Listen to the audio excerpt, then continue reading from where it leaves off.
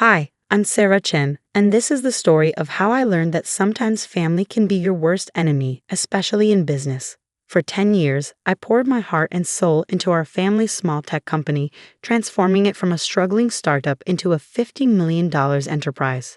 But sometimes success breeds jealousy even among those who should be celebrating your achievements. I still remember the day everything started, when our family business was nothing more than a small computer repair shop in a strip mall.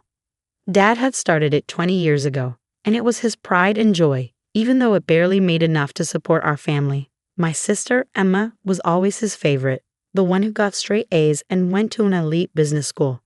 I was the quiet one, the one who stayed behind to help Dad while pursuing my computer science degree at a local college. "Sarah, you're wasting your potential here," Emma would say during her visits home from college. "You should aim higher." But I saw something in our little shop that others didn't: potential. While Emma was studying theoretical business models, I was learning real-world programming and spotting gaps in the market. During my final year of college, I developed our first proprietary software, a simple but effective tool for small businesses to manage their inventory.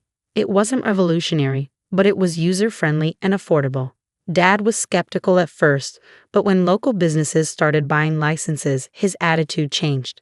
"Maybe you're onto something here, kiddo," he said, finally showing a glimmer of pride in my work. Those words meant everything to me then. If only I had known they were as temporary as morning dew. The business grew steadily under my guidance. I worked 14-hour days, 7 days a week. While Emma was climbing the corporate ladder at a prestigious consulting firm in New York, I was building something real. Our little repair shop transformed into a software development company, and our client base expanded from local businesses to national corporations. Mom watched it all with quiet concern. "Don't work too hard, Sarah," she'd say, bringing me dinner at the office. "You need a life outside of work too." But I was driven by a vision, and maybe, deep down, by a desire to prove myself to my family. 5 years into our transformation, we hit our first million in annual revenue. That's when Emma suddenly became interested in the family business again. She quit her job in New York and moved back home. "I think it's time I took my rightful place in the company," she announced at a family dinner. "With my business expertise, we could really take things to the next level." Dad beamed at her words. "That's wonderful, princess.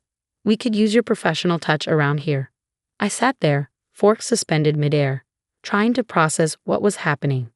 The company I had built from nearly nothing was being handed to my sister on a silver platter. But I swallowed my objections and tried to be a team player. Emma was appointed as co-CEO alongside me, despite having no experience in our industry. Dad said it would be good for the company image to have someone with her credentials at the helm. I focused on product development and operations while she handled marketing and investor relations. The next 5 years were a study in contrast. While I continued developing new software solutions and maintaining client relationships, Emma focused on creating a glamorous image for herself as the face of the company. She gave interviews about being a woman in tech and accepted awards for entrepreneurship, all of taking credit for innovations my team and I had created. Our revenue continued to grow, reaching $50 million annually, but so did the tension between us. Emma began excluding me from key meetings, making decisions without consulting me, and slowly pushing me to the sidelines of my own creation. Then came Dad's 60th birthday party. The day everything changed. The party was Emma's idea, of course. She rented out the grand ballroom of the city's most expensive hotel and invited all our business associates. It was more of a networking event than a birthday celebration, but that was Emma's style. Everything had to serve a purpose. I arrived early to help with the preparations, wearing a simple black dress that Emma immediately criticized. "Couldn't you have made more of an effort?" she hissed. "These are important people coming tonight." I ignored her comment and focused on greeting guests as they arrived. The room filled quickly with business associates, clients, and family friends. Emma worked the room like a politician, while I stayed in the background, making sure everything ran smoothly. During dinner, Emma clanked her glass and stood up for a speech. I expected the usual, a touching tribute to Dad, maybe some memories from our childhood. Instead, she dropped a bomb that would shatter our family forever. "As we celebrate Dad's 60th birthday," she began, her voice carrying across the silent room, "I think it's time to announce some changes at Chen Technologies. The board has agreed that the company needs unified leadership to move forward. My heart stopped. Board meetings? What board meetings? For too long, we've been held back by outdated thinking and resistance to change, Emma continued, her eyes fixing on me. That's why, effective immediately, I will be taking over as sole CEO. It's time for certain elements that are no longer serving our growth to step aside. The room erupted in murmurs. I sat there, frozen, as Emma continued her character assassination disguised as a corporate announcement. Some people, she said, her voice dripping with false sympathy, are better suited to technical roles rather than leadership. My sister Sarah has been adequate in maintaining our legacy systems, but to compete in today's market, we need vision. We need excellence. And frankly, Sarah, you're just not cut out for this level of business. I looked at Dad, expecting, hoping, he would stand up for me. Instead, he was nodding along with Emma's words, a proud smile on his face. Mom stared at her plate, her hands trembling slightly. The truth is, Emma continued, her voice rising, you're worthless in today's business world, Sarah. Your old-fashioned ideas and lack of proper business education have become a liability. It's time for you to step aside gracefully. The silence in the room was deafening. Hundreds of eyes turned to me, waiting for my response. I could feel the pity, the schadenfreude, the judgment. Everything I had built, every sacrifice I had made, was being stripped away in front of everyone I knew. I stood up slowly, my chair scraping against the floor. The sound echoed through the ballroom like a gunshot. Everyone expected a scene, perhaps tears, maybe a shouting match. Instead, I simply picked up my purse, walked to Dad's table, and placed a small wrapped package in front of him. Happy birthday, Dad, I said quietly. Then I walked out of the ballroom, head held high, leaving behind the whispers and stares. That night, as I sat in my home office surrounded by awards and patents that bore my name, I made a decision. Emma thought she had won, but she had forgotten one crucial detail, something that would turn her moment of triumph into the biggest mistake of her life. As I powered up my laptop and began typing, a small smile played on my lips. Tomorrow would be interesting indeed. After all, there's more than one way to run a successful business, and I had learned more in 10 years than Emma had learned in all her fancy business classes. The next morning would bring changes that none of them saw coming, changes that would make them realize exactly how worthless I really was. The next morning dawned bright and clear. I arrived at the office early before anyone else and waited. At precisely 9 a.m., Emma strutted through the front doors with Dad beside her, both wearing triumphant smiles that were about to be wiped from their faces. Sarah? Emma's voice held a mix of surprise and annoyance. What are you doing here? I thought after last night, you'd have the dignity to stay home. I smiled, remembering the email I had sent at 3 a.m. to every major client, partner, and employee of Chen Technologies. Just wrapping up some loose ends, sister dear. But since you're here, we should probably talk about the company's future. There's nothing to discuss, Dad interjected, his voice firm. Emma's in charge now. The board has already approved it. Ah yes, the board, I said, pulling out my tablet. Let's talk about that. You see, while Emma was busy planning parties and giving interviews, I was actually building this company, and there are a few things you both seem to have forgotten. I pulled up a document on the conference room's main screen. First, let me remind you that I own 51% of Chen Technologies shares. When we incorporated 10 years ago, Dad gave Emma and me equal shares of 25% each, keeping 50% for himself. But 3 years ago, when we needed capital for expansion, Dad sold me 26% of the shares. Remember that day, Dad? You were too busy attending Emma's award ceremony to handle the negotiations yourself, so you signed the papers without reading them carefully. The color drained from both their faces. Emma's perfectly manicured hands gripped the conference table. That's impossible, she whispered. Dad would never. Oh, but he did. I continued, pulling up more documents. And that's not all. The core software that generates 80% of our revenue, it's not owned by Chen Technologies. It's owned by my separate company, Innovate Solutions LLC. Chen Technologies only has a licensing agreement which expires, I checked my watch, about 10 minutes ago. Dad collapsed into a chair, realization dawning on his face. The renewal papers. The ones you asked me to sign last week.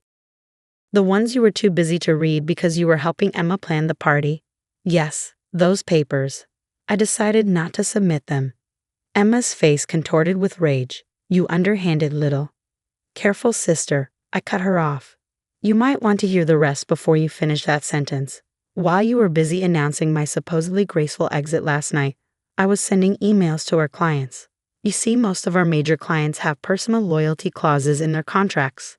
They signed with Chen Technologies because of me, my expertise, and my track record.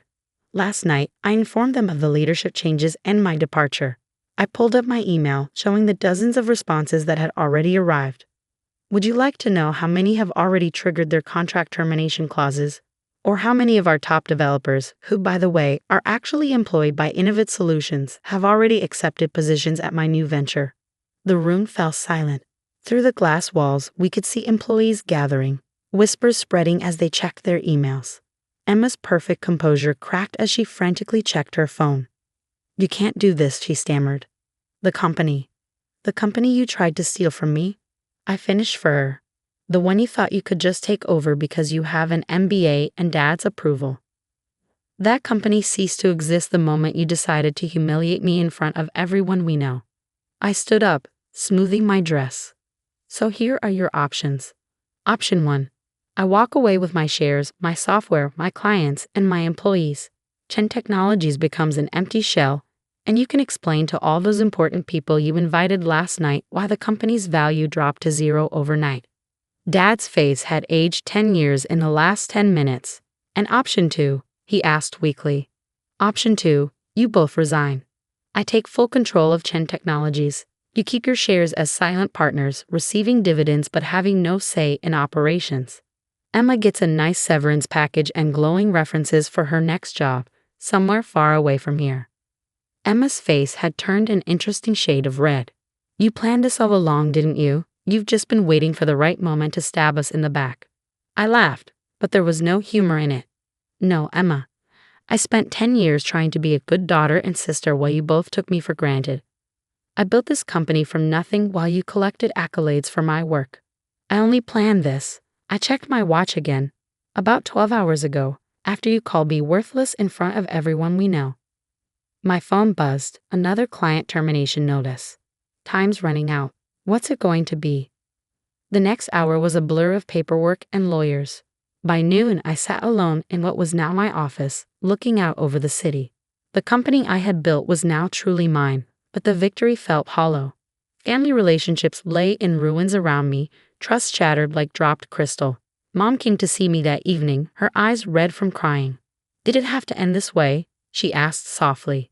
They gave me no choice, I replied, my voice gentle but firm. They would have taken everything I built and discarded me without a second thought. She nodded slowly, understanding but sad. What happens now? I showed her the plans I had already drawn up, expansions, new product lines, innovations I had been holding back. Now I built something even bigger, but this time, I'd do it without having to carry people who see me as worthless. Over the next year, Chen Technologies, under my sole leadership, tripled in value. Emma found a job with a startup in Silicon Valley, humbled but hopefully wiser. Dad retired, finally understanding that his golden child had nearly destroyed his legacy. We see each other at holidays, maintaining a polite distance that masks the wounds that may never fully heal. Sometimes late at night, I look at old family photos and feel a twinge of sadness for what we lost. But then I remember that night at the birthday party, the look of disdain on Emma's face. The way Dad nodded along with her cruel words. In business and in family, respect is earned, not given. They learned that lesson too late. As for me, I learned that sometimes the quiet ones, the ones dismissed as worthless, are the ones you should watch out for, because we're the ones who know how to build something from nothing and how to take it all back when others try to steal it. My story spread through business circles, a cautionary tale about underestimating the wrong person. These days, when I attend industry events, I often catch whispers. That's Sarah Chen, the one who. They never finish the sentence, but they don't have to. My success speaks for itself. Last week, I received an invitation to speak at Emma's Business School's graduation ceremony. The topic?